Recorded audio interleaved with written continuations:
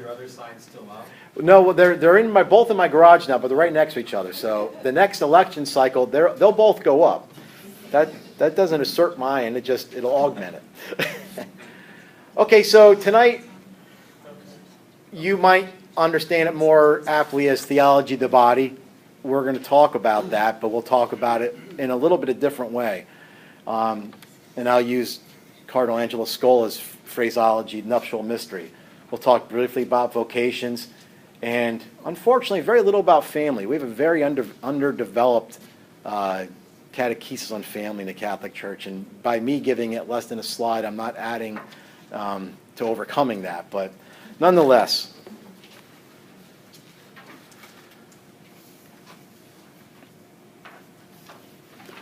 Now, I'm going to start you out here a little bit different with a philosopher, a Christian French existentialist named Gabriel Marcel. And the reason is because I think this is very applicable to the various vocations that you guys are going in, and also our understanding of the human person. Gabriel Marcel differentiated between a problem and a mystery. And the difference between the two is how we are participating in that, okay? So he starts out by saying we live in this broken world. And on the one hand, it's riddled with problems. On the other hand, we have no room for mystery. And by what he means by that, hopefully will be evident here shortly. So what a problem is a problem is something that is in front of you. A problem, you can develop some sort of protocol or tactic to overcome it. And that can be transferred, right? So if we have, and this is important because if my car isn't working, so maybe it's not starting, I want the mechanic to treat that like a problem. And I want them to have a systematic approach on how they're going to determine what needs to be done. And then hopefully whatever protocol they develop, that could be transferred to somebody else. So if their car doesn't start, here's how things go. So this isn't a bad thing. It's just a bad thing we don't apply it to where the realm of mystery lies. Okay? A mystery, this is what we are involved in. It's not from the outside. So we are part of it. And there is no quick fix answer to this. There's no systematic approach. You know, when you're talking about a human person, and in other words, let me use an example. If somebody came to me, or any of us, and they had somebody who was extremely sick in their family. Now, they might say, I'm not quite sure how I'm going to get through this. And we step in, and we want to fix things. And there's parts of that need fixing. Can we set up meals for this family? Will you need rides to and from the hospital? So there are elements to that could be fixed. But there's really nothing in their situation. Even medically, there's a problem. If the person has cancer, that's a problem, and protocol will address that. But we're addressing the actual person. And there's nothing systematically that can be applied to them. They cannot be treated as a problem. We become involved with them. It's almost like, we will take on their suffering. We will enter into their lives because we know that sometimes, and I think women are more intuitive with this, they just need a presence. We might use other terms like support and stuff, but it's not just that. There's something a little bit more deeper that's going on here. So what Marcel says is the modern world looks almost exclusively in the realm of problems. So when there is an issue going on, how can we fix it? What steps can we put in place to take care of this? And if we're not treating it like a mystery, we're getting a false sense of things could be solved with technology. Right? Anybody that gets sick now, we almost have this knee-jerk reaction that there's some cure out there. We just need to find it.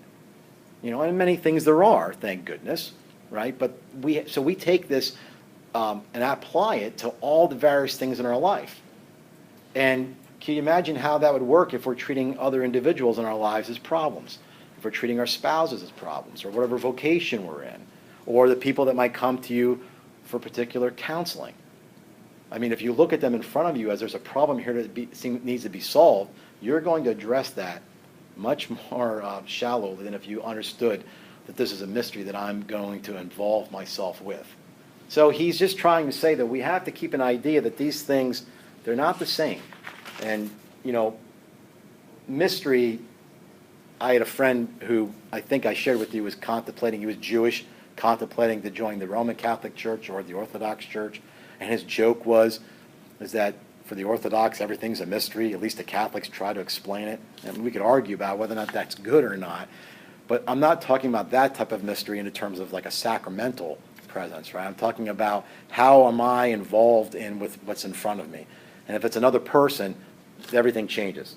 Everything changes. So mystery will be something I'm involved with personally. So let's talk about the mystery of love. Okay, so love does come from the will. It's not exclusively in the will, but it is an act of the will. Probably the most famous definition that you've heard is that, you know, to love is to will the good of the other for the other's sake. Thomas Aquinas gets credited with that, but quite frankly, it comes from Aristotle, okay, the Nicomachean Ethics. And he talks about, it's a great short book to read. He talks about love and friendship. He talks about different types of friendship. Nothing that's pertinent for this class today, but the friendship of pleasure, the friendship of utility, and then the friendship based on the good. And we'll see that later. And he says that's really the highest level of friendship that we could have, right? So this will, remember we talked about it, has a natural inclination towards the good. So love's going to be tied into that. And when we're starting to talk here about love, right, we are an absolute mystery at this point. There is nothing that is a problem concerning the idea of love. It's one of those things that is good that we all can experience and we all have access to it. But yet we know very little about it. It's like being a human being. Everybody here is a human person. If I held your feet to the fire and said, tell me what a human person is, you would struggle. You know, if somebody said, well, I'm really hoping that this works for me. What do you mean by hope? Do you mean wish? How are you using that word? You know, so, you know, we use language, especially language that talks about the absolute deepest things in our lives. We use it so matter-of-factly and so regularly, we never stop to ask ourselves, do we really truly understand what this is that we're involved with? So love, people have died for it. You know, it's launched 1,000 ships if you read Homer, and it's all kinds of things. Okay, then what is it that we're talking about? So it's a complicated reality, but yet we all have access to it. Yet God is love.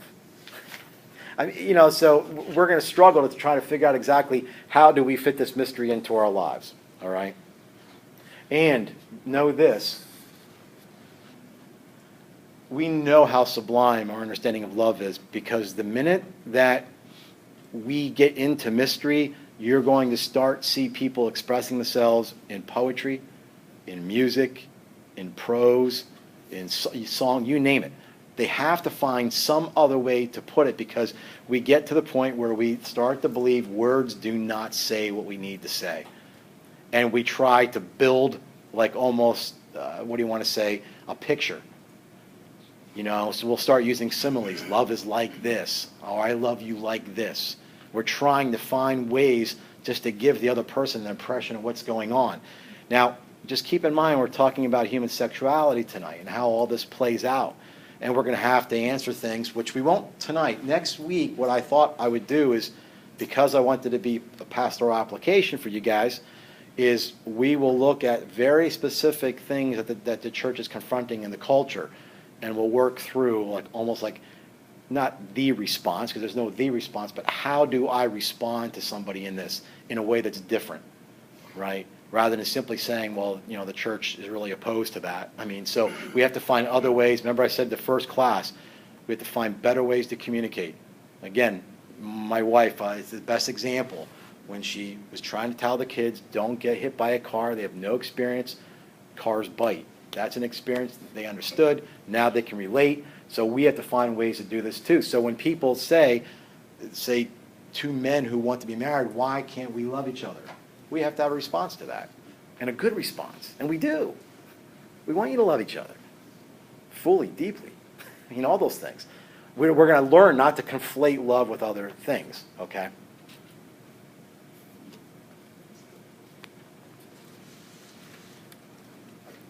Let's see. Okay. Any questions?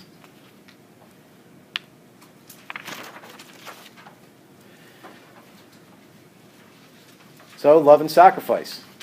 Now, this is interesting. Now, a lot of what I'm giving to you here comes from Pope John Paul II, then Carol Wattia's Love and Responsibility, or Angela Cardinal Scola's book, The Nuptial Mystery, or any other way else I could find it. And they talk about, when people say, I need to find myself, right? So you have to lose yourself to find yourself. That's interesting. It's also true. But what does that mean? We use these idioms as like they're self-evident. Like, well, we all know what they mean until you ask somebody what it means, and then all of a sudden we're stuck. So how is it? So when we're talking about finding ourselves, we are talking about a self-realization. But what happens, though, is the only way for us to find ourselves is to repudiate ourselves as an end. And we place God as that end. So by losing ourselves, what we are losing is that we are no longer our own end or the only reason for our existence. We have yielded. So we use other terms, letting go. I know it's popular in evangelical, let go, let God. But these are not things that are false, all right? But, again, what does that mean? Sometimes people think, well, if you let go, let God, does that mean I just don't worry, I don't concern, I don't do anything, and God will take care of it? I don't think so. So what we have to understand is that once we repudiate ourselves as an end, then we will find ourselves because we put the proper end in its place. Now, you can understand what this means for sacrifice then. That's where I'm going with this. It's not just to be an idiom that is interesting to talk about. But the love of man towards God is an expansion of the love of I. You might have heard the phrase, you have to love yourself. You can't love God until you love yourself. It's true. But what does that mean? Are we talking about some self-egoism, or are we talking about a genuine love of who we are as a person? When the will is oriented towards the good, that's the love, right? So our love is oriented towards the good. When we are orienting ourselves towards the good, because we've repudiated ourselves as an end, and we realize that good is actually going somewhere else, it's loving God, then by us repudiating ourselves, sacrificing, loving ourselves, we are loving the good as it's pointing towards God within us. That's how we have to love ourselves in order to love God. This isn't, people interpret loving yourself as, well, I want to do what makes me happy. And then we're back into talking about happiness again. Is it subjective contentment, or is it something that's truly good for the human person? And we've already had the one class here on being made in God's image and what that is. So we know that these things within us, following our natural inclinations, are nothing more than the laws that are allowing us to be free. So once we keep that in the back of our mind, that following laws only help us to be free, then we can also find that sacrifice is no longer some imposition on us, right? I think that's the next one. Sacrifice, then, it's never an annihilation of myself. It only then becomes a path to self-realization. So how would we do this, maybe like talking to somebody? Because sometimes, people are in very difficult times. And sometimes it's quite voluntarily. Again, I know some of you here are taking care of elderly parents like I did. That is a full-out sacrifice. How is it then that you find yourself and come to self-realization in that moment, that event, let's say? Well, because you have repudiated yourself as an end. You realize there's a good outside of you. That's what love is, that you're being drawn to. And that by me sacrificing for mom or dad, I am not like annihilating myself. Like some people, I've heard them say, and I'm sure you have too, you got to watch taking care of the old people like that. It takes all your time. Do you see the difference in that theological understanding? You are trying to find yourself. Now, biblically, what does it say? If you save yourself, you will lose yourself. Oh, we're just rephrasing this and showing how this is true as it plays out. So love and sacrifice, I guess to a certain degree, are synonyms. You can never find one without the other. Okay, future deacons, what was the gospel on Sunday? Transfiguration. So you get a glimpse, right? You know they're thinking, this is cool. This is going to be our glory. But what event stood between them experiencing the reality of that glimpse in that moment? The crucifixion, the passion, you know? I mean, there's no way to disconnect what we understand as the beatific love and beatific vision and sacrifice and love. You can't disconnect these things. But that's countercultural, because most people are going to see sacrifice as something that's, what, whittled away from them. It diminishes me. For me to sacrifice, I have to give something, and therefore if I'm giving it, I'm losing it. But our response is, no, in giving it is the only way you can find yourself. So if you are in search for yourself, having your existential moment, the only way is to do what Christ did and empty yourself. And it's not just following him, although it is. It's not just doing it because he said to do it. It's doing it because we have a different understanding of the human person. We are built in relationally. We are supernaturally oriented. All those things, the contingency, we can go down the list of Imago Dei.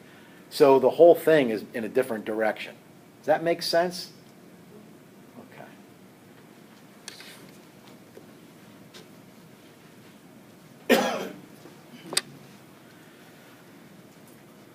So love also leads to communion. And this comes right out of a document I have listed there, Truth and Meaning of Human Sexuality. So as God in himself lives a mystery of personal loving communion. Okay, not a problem. There's nothing being fixed. It's a total delving in of the self to the other, right? But it's self-love. We can't say God doesn't love himself when he is love, right? So we're trying to find ways to keep all our articulation relevant to not just us, but also to God's relation in the inner Trinity. So the created human race, made in his image, carries the capacity and vocation of love.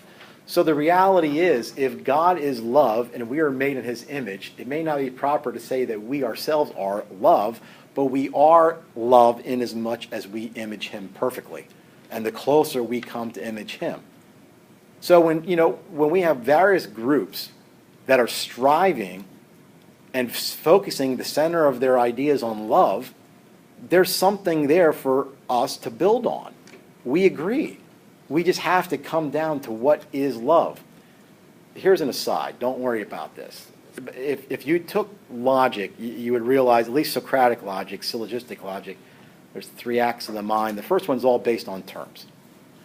And terms have to be clear, not unclear.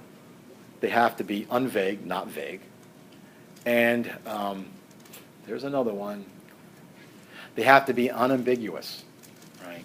So love is a very ambiguous word, because the way we use it is that I love my dog, I love my wife, I love my children, I love you. Now, we could argue that there's different types of love. And the way that we express it, that's true. But on the other flip of the coin, God only ever said, love each other as I've loved you. He didn't really put too many qualifications on that. And the reality is that we're probably just out of fear, don't love each other in a way. Because see, if I told somebody I love you the way I love my wife, they're immediately going to think sexually, right? Because we're geared towards that. That's where we're getting things goofed up. So if we start to equate love and sex, we're going to find that sex always finds its place in love, but love is bigger than sex. Everybody that's married knows that. Okay? So nonetheless, love, in truth, is a force that builds community. I mean, some of this almost sounds like hippie stuff, doesn't it? I mean, it's funny though. You're onto something. I mean, this stuff didn't come out of the blue. I mean, they really knew that we're missing something. Why aren't we in love with each other? But if we break that down to mean nothing more than, I won't hold you to a high standard, and you don't hold me to a high standard, and I'm okay with whatever you do, and you're okay with whatever I do, we're outside of truth. And that's what happens. If we disconnect love with truth, we're going to wind up with nothing but sentiment. I won't even know what you're talking about. It'll be whatever you think it is and whatever I think it is. So what love does is it transcends every barrier. And it's literally called into being by God, who is love. So, okay, I'm just thinking in terms of people will say, we are mutual consent. Yes. Enact.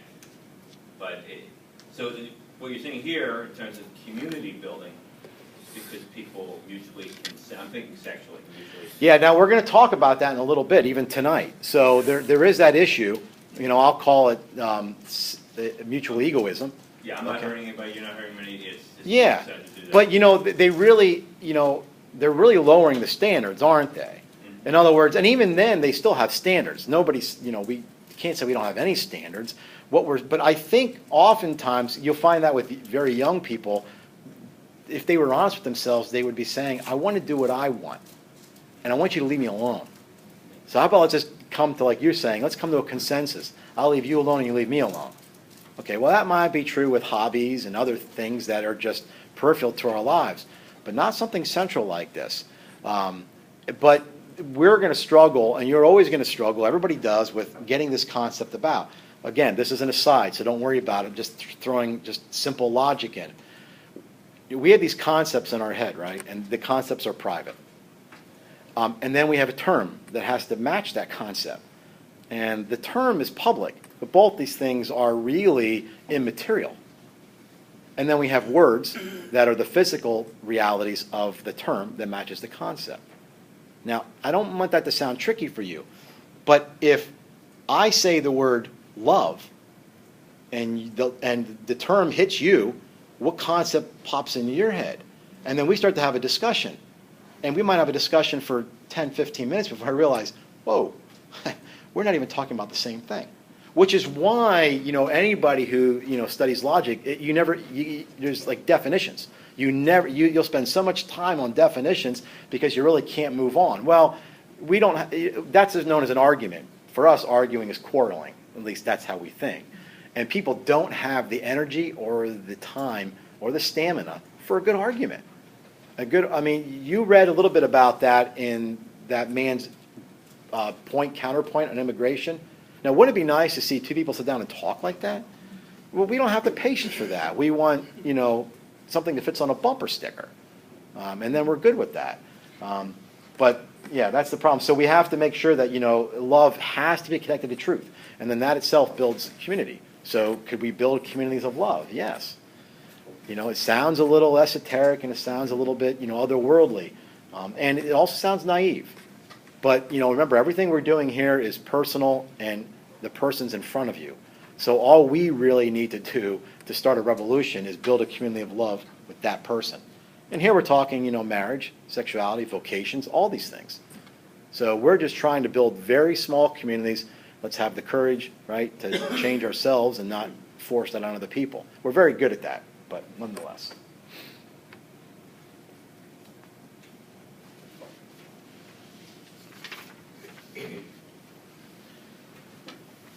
So we talked about love, we talked about sacrifice. The other aspect of this is gift. Really, love, sacrifice, and gift could be synonyms for us. We use them in many different ways, but they could be synonyms. So the ethos of the human body. So now we're talking about how does our body communicate these things. It becomes the entire worldview of gift. We have to receive the other as subject, and then the body transmits the mystery of divine life. So what we are doing, again, this is the reciprocal gift of the intra-Trinitarian life.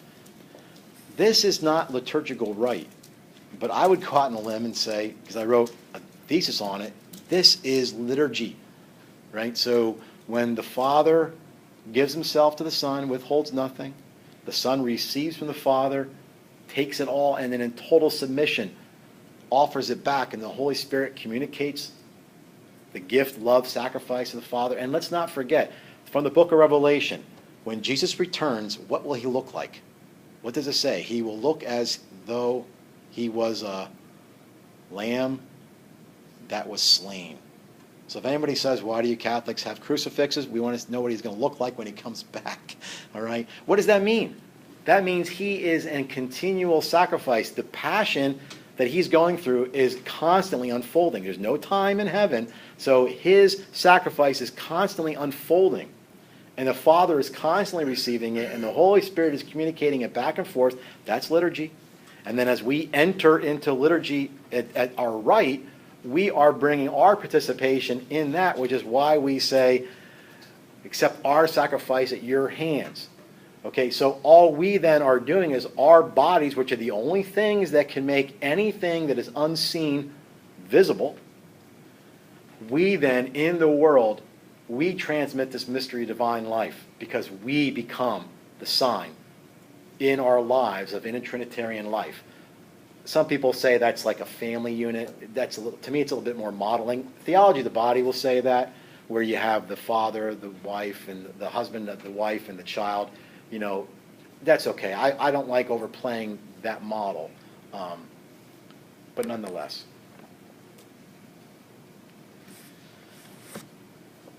So Scola goes on to say that existing in Christ, it literally prevents us to be an event of truth, where we become love, we become gift, and it communicates itself through us. Now this is pretty profound. He says, because of that, even the ignorant and the illiterate can be teachers and doctors of the faith. So when you know people, like I always talk about my Blessed Mother, who probably couldn't string anything theologically together for more than 3 sentences, I don't know if I'll ever achieve the level of holiness. I know you share this. We talk about, there was a fellow that I grew up with, Johnny Prasada. I don't know what his disability was. He really didn't have a very high IQ, I'm sure. We have this, in our little Italian parish growing up, we had this huge 20-some foot statue of the Assumption of Mary. It was a fountain and beautiful. And he would stand in front of that. I am talking for 2 or 3 hours. Just stand in front of it. And if he went over, he would pat you on the back and say, there she is. Every once in a while, we'd catch him in the sanctuary. And he'd just be standing there looking at the tabernacle. I mean, I'm not talking for 5 minutes. I don't know about you, but I've done adoration. It's tough for me after about 15 minutes. I'm looking at cracks in the wall. I'm looking all over. Here, this guy, for hours, and if you get next to him, he pats you on the back and said, that's him. You know? So, even his body, I mean, this is God's, we look at this as a disability, right? I think when we get to heaven, we're going to say, I wish I would have had that. But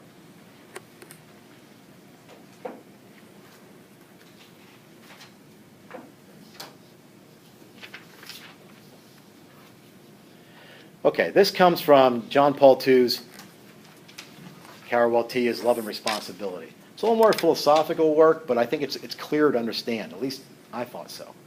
He's going to give us 2 different understandings and analysis of the verb to use. All right, so we're starting to edge into sexuality here. He says the first meaning of the term to use means I'm just simply employing this as some object of action. I'm using it as a means to an end. Okay, I'm using it as a means to an end. So in this way, to use would mean I will use this as an object. And you could already see the problem that's going to be happening here. We can't objectify human persons. And if we treat them as problems, which is why I brought up Gabrielle Marcel, that would do it in itself. And again, if it's sexist, it's sexist. But I think women are much more intuitive with this. I've shared with you before, it took me years to figure out when my wife came to me telling me how her day was going or what was not working, that she didn't want me to offer a solution. I thought that's all she was asking. And why else would you tell me these things? Because I'm not wired like that. If I went there and said, I can't find this, that means I can't find it. I want you to help me. Not I want you to listen to me. You know, but it took me a while for that to hit. I'm going to let her listen to this so I could give her a shout out. She always thinks that I talk about her, you know. So Pope John Paul II says, this cannot be. We are incommunicable and we are inalienable, okay? Incommunicable means that we have the power of self-determination. I thought I had this up here. Yeah, okay. I'm glad I did. You can't transfer this. No one can want for you. I told you I'm a city driver. You can't force your will on somebody else. Or I would have some cars moving faster or out of my way coming down Montgomery Ave. You know, why are you going so slow? Don't tell me I got in this lane and you're making a left. You know, that kind of thing. When you say no one can want for you. Yeah, you can't will something like, you know, think of kids when, you know, they're making bad decisions and you want to almost like be in their place so that you can do what's necessary for them. You can desire something for them, but you cannot will for them. I mean, we have to watch how sometimes our language is sloppy and it does affect our thinking. So we can desire good for other people, but nobody can will anything for me. This is part of, you know, me having sovereignty over myself too. You can't control it. That's right. You can't control. You can't control. It's not transferable. So if we're talking about love, and we're talking about love emanating from the will, you could see here why we could not force someone to love. And if you're a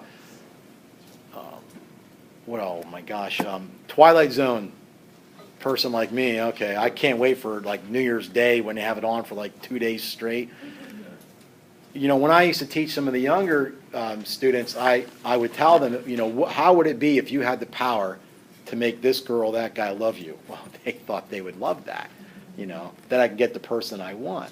I said, yeah, but they don't have any control. I mean, everything that they do. So when, you know, they open the door for you, ladies, or, you know, when they come and pick you up when they say right on time, it's only because you want that for them. Well, I would love that. Well, how long do you think it would last? Because if you watch the Twilight Zone, there's one where a guy can talk into a recorder and it makes the perfect wife, right? You seen that? Well, after a while, what happens is this is nothing more than a projection of you. So in another slide or two, we're going to see how this is a real issue in relationships with human sexuality when we're only attracted to what we see ourselves in the other person. You talk about, you know, a weird selfish love. You know, I love me and you is really what people will say. And you can even talk in terms of premarital sex. I mean, there's not a Christian denomination that says fornication is not a sin. I'm unaware of one. They might, you know, turn a blind eye, but everybody says it's a sin. So if you're engaged in premarital sex, guess what you're doing? You're causing the other person to sin. And then you're saying, I love you. You're using it as a means to an end. But somehow they think it's different. So I said, I know it'd be a mood killer, but what you should do is you should be honest and say, I'm having pleasure at your expense. And then at least you're being honest. The sin doesn't change, but now you're not a liar. I think the mutual consent part of it. Exactly. And again, you're right on. You're just jumping ahead. We're going to get to that because it's an important part of this. It's also inalienable. Nobody can take these away, right? So you can't forfeit these things voluntarily. So even a person who might be engaged in something that's, you know, quite nefarious, the fact that they've consented does not legitimize it. I was a car accident about 8 years ago on the turnpike, and I was literally about a half mile from an exit. But they weren't, unfortunately, nobody was hurt that bad, but the whole westbound lane was just backed up. So my wife has always told me, she goes, I don't know how you could pay attention to certain text, but you don't see what's in front of your face, right? So here I am. We all get out of the cars. I mean, we were there for like 2.5 hours. And we just started talking to people. And the guy in front of me, I thought they had like, you know, the outline of women on the back of the truck, but I thought it was like those mud flaps, you know, that you see trucks. I wasn't paying attention. We started talking. And I said to him, I said, what do you do? And he says, well, I'm in pornography. I said, well, what does that mean you're in pornography? My mind's going. Yeah, well, he was like a photographer. He was somebody that helps with sound or something like that. I can't really remember. And he said, you know, we're getting ready for a shoot, and it's right over the hill here. He says, what do you do? I said, I'm a moral theologian. So, but you know, what, I wasn't, you know, I look at these things almost like this is a chance, right? Where are you going to get a chance like this again to pick their minds? What really amazed me through it is the absolute indifference to what's going on based on the fact that it's mutual. I mean, now, yes, there's a lot of probably even what they would say negligence about young women that are, lured into the industry. But some of those people there, they're quite public. They've chosen that thing. It's consenting adults. What's the big issue? This type of thing. Don't be a prude. There's been nudity all through the years. It's amazing how indifferent. In other words, you start to think, you couldn't just, how would you start this conversation? So we were like talking for like an hour and a half, and there was another guy in the group, so we weren't like just focusing on this. But this is where we were going. It's like, well, could a person, I said, do you think a person has the right, like, to give up that dignity? Like, in other words, I choose to lose my dignity with you. I mean, do you think a person can do that? I know that you're going to say this isn't a loss of dignity, so I'm not arguing that. I'm just saying, could a person do that? Or is it inalienable? Can it be forfeited or taken away? Can a person lose that? And he said, well, no, but this is, his idea was this is not a problem with the dignity. So it's almost like you felt like you're talking to somebody from another country because you're trying to figure out what language are we using here. So it was interesting. And then we all went our ways, and I went home and told my wife about it. And, this is before cell phone. At least I didn't have a cell phone, so I couldn't even call her and say, you wouldn't believe this. But, so then it's now quite well known that the opposite of love is not hate. The opposite of love is to use the other person. Because if love means to will the good for the other, then what's the opposite of that? To will their good for you. That's using.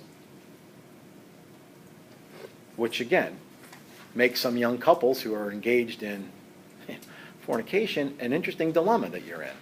Because we say, I love you, but you don't understand what love is. I'm not sure if we're going to talk about it tonight. It might be next week. This is something to be sensitive to pastorally, is that with many people, the emotions develop much more quickly than the virtue. So I think I've shared with you, you've had children, you've talked to enough young people. I've been dating. How long have you been dating? It's serious. How serious is it? It's been 4 months. Oh, it's been dating 4 months. I found over the years, don't belittle that. That's real to them. I think it was probably real to me, although I look back now and find it quite naive. But nonetheless. So man's capacity, says Karawatiya, for love depends on his willingness consciously to seek a good together with others. And then we subordinate ourselves to that good for the sake of that person, or to others for the sake of that good. You said emotions develop much more. They develop much more quickly than the virtue. Okay. Yeah, than the virtue. So, like I remember listening to one speaker who, she was making the case that our love is really just, it's just chemical reactions. Okay, well, we're not going to deny that it's not that. We would find it odd if it weren't that. We're incarnated beings. I mean, what affects the body affects the inside, and vice versa. So we'd understand that. That makes perfect sense for our theology. We would not reduce it down to that. That is, you guys read Stalin, biological materialism, right? We are just an ordering of beings going from the lower to the higher. And everything is material, and it's all that. Because if love were this, like, and I'm not, maybe it comes up later, if love is only this, then you should use it as a means to an end. Because then it's just a utilitarian thing. If it were just pleasure, right? And we'll talk about this later, but, we get this hooked up. Catholics get it from both sides. We're told that we're the partiers, and, we have all kinds of fun and drinking. And then we're also told that we have all the rules, that make, like a bunch of prudes. The reality is that when we talk, and we get into virtue, we'll talk about temperance. Temperance regulates the things that we need, food and sex. Both good things. And, unfortunately, maybe I shouldn't say unfortunately, fortunately, they are pleasurable things. I mean, God could have created a universe where food tasted like wax. And we would force ourselves to eat it. But we don't. It's like, I just can't, I have no willpower when it comes to that stuff. And sex, he could have made that where there's absolutely, it's so much discomfort mentally and psychologically that you'd be hard-pressed to do it to continue the race. But he didn't, because those things, because these are inner drives, right? These are biological drives and also inclinations in us. But what happens is, we'll see later, is we get these things disordered, right? We get these things disordered. So, nonetheless. So can you just touch on incommunicable and inalienable again? Sure. Summarize that? When we talk about, in terms of, we're going to talk about the second use of the verb to use. When we talk about that to use could mean I'm using this person as an object. Karabotia's apply is this can never apply to the human person, and because of these two concepts. One is that we're incommunicable. In other words, I will for myself. So I choose. Everything's a choice. Love's a choice. I will choose to love. Nobody can force their will on me, including God. Somebody might say, well, is that a limit to God? Well, no, because it's outside of his nature. We're back to this, can God make a rock too big to lift? That's an absurd, conundrum. So God would never force love on us, because love in itself has to come from the will. And he knows that, which makes it interesting, too, that he loves us from the will. He's choosing to love us, right? So we have to make sure that's that. And by non-transferable, I just mean that, I can't love for Frank and Frank can't love for me. We can affect each other, but we can never will for each other. So in that way, we're exclusive. It's also inalienable. Even if I were to choose to kind of forfeit that, I can't do that. There are some things you cannot give away, and one of them is that. And it's because this is, if we get to the core of the human person, we're at love. And if we're at the core love of the human person, then two things have to be true. I have to constantly choose that, and nobody could ever take it away from me. And that, in many ways, is our dignity. Does that help?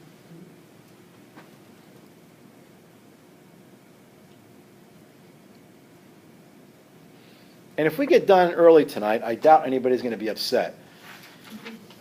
Well, plus, in all fairness, even for accreditation purposes, the amount of time you're spending on the quiz added to this is enough hours. So when I decided to bridge this over 2 weeks instead of just one, I knew it was not going to fill the entire time. So we'll take a 15-minute break in a little bit and then come back, and when we're done, if there's questions, fine. If not, we'll move on. Okay, so the next analysis of the verb is, rather than just to use, now it's to enjoy. Okay? So Watia says, if man's actions involving a person of the opposite sex are shaped exclusively, in other words, if they are just built on the fact that I want to enjoy, then what happens is we are going to isolate and seek pleasure. And this is what's happening in our world. And that person is only going to become a means to an end. In other words, once we start to think that that person is for my enjoyment, then everything that I use to gauge my relationship is going to be, does it bring me pleasure? And we'll see a little bit later what happens when it does no longer bring me pleasure. People often say, we're no longer in love. Really? I mean, did anybody see the Shoes of the Fisherman with Anthony Quinn? Okay. It's fictional from the 1960s, but he was a Russian pope that was into gulags, and then he's actually trying to help feed people from China and gave away all the church's wealth. But here's the bottom line. He wound up being pope almost against his wishes. And he was out one time talking to a couple who was having an affair. He's actually talking to the wife. And he didn't realize that they were having an affair, but she asked him, how do I find love again with my husband? And he says, was there ever love in the beginning? She goes, oh, absolutely. Because he said, well, then you just misplaced it. It's not a matter of, trying to say, is there love there? So, but when people in marriages, like as well as I do, and we're going to talk about what's called a transcendent third in a little bit, if we don't have something in a couple that's outside of us, like people might focus on the kids, right? I mean, it's bad for marriages. Our kids are the most important things in our life. Well, stop that, because that's not how it should be. We don't need more of those little brats running around. Thank you very much. The reality is they're part of this, but it's you two, okay, and the foundation. So and what happens then is if the kids become the focus of the life, once these kids start to go to the age of emancipation, right, 13, 14, when do you see divorces arise? Because you have a husband and wife looking at each other. Who are you? What do we have in common? Right? That type of thing. So we have to watch trying to isolate pleasure in this. So he critiques utilitarianism. And I just put the whole thing up there for you. So here's where we're going to be talking about what you were saying earlier about we both have the same interest. It's tied to egoism. It could be a harmonization of two egos. In other words, what if we both want pleasure? Like couples that would swing. I mean, maybe they're okay with that because they're both getting pleasure from that and it's totally consensual, right? So what's our argument then? Well, to seek the pleasure of the person, when that becomes a goal, it almost sounds like as that semblance of altruism, right? Like how nice you are. You want pleasure from me. That's so nice of you. You want me to be happy. Of course, we're using happiness again equivocally, right? We're using it as subjective contentment, only what makes me happy.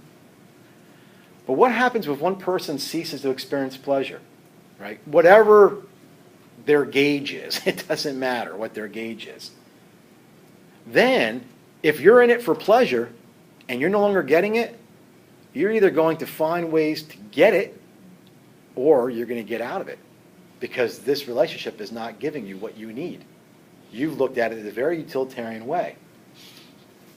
So once the other person no longer brings you pleasure, now you could, in terms of sexual activity, you can see increased deviancy, right? There needs to be, it's the same thing they say with pornography, that you're eventually going to get deeper because you hit these plateaus and this no longer titillates. So I need something more that's excitable. Well, it's that way in human sexuality. But it doesn't have to be sexuality. It could be other things in life, right? I mean, we have many things that we put before our spouses sometimes, and they bring us pleasure. Well, what happens if, maybe it's rock climbing. What happens if you can't do that? You get some sort of injury, or you just simply get older. I mean, what then becomes the foundation for these things? Now, we're going to see how nobody just hits a nice gradual increase in marriage, right? We always have these trials and tribulations that we go, but if we don't have a good outside of ourselves, seeking the good that stems from the will, then we're never going to have this love to find, right? And we're never going to really be able to mirror and image God here on earth. So this is what we might call mutual egoism. So we're both sitting there and we want pleasure together. So a young couple who's sexually active and not married, they're just fine with it because they're both getting what they want until the one doesn't receive the pleasure that they expect, their calculus. Then all of a sudden, now we've got issues. So I know you teach theology in high school, you're like a quasi-counselor. You're not really, but they come to you with things. And I could remember young girls, they're like, why are you confessing this to me? But they've had sexual relations, and he broke up with me because he says that he's no good for me because it's the best thing for him to love me, to leave me because he's bad for me. I don't think it meant for him what it meant for me. Truer words have never been spoken, So what's the answer to that? Okay, well, what are we built for? Love, gift, sacrifice. Now, we'll see later how this is why marriage ritualizes it and encapsulates it. But aren't you a young person who's posed to give themselves totally and fully? Just you're not doing it in a proper environment that'll protect that with you. You can come across that way without scolding. What are you thinking? You shouldn't do that. But I think they already know that. So yes, you need to go to confession. But that being said, here's what you should, take away from this, if you want to use that phrase.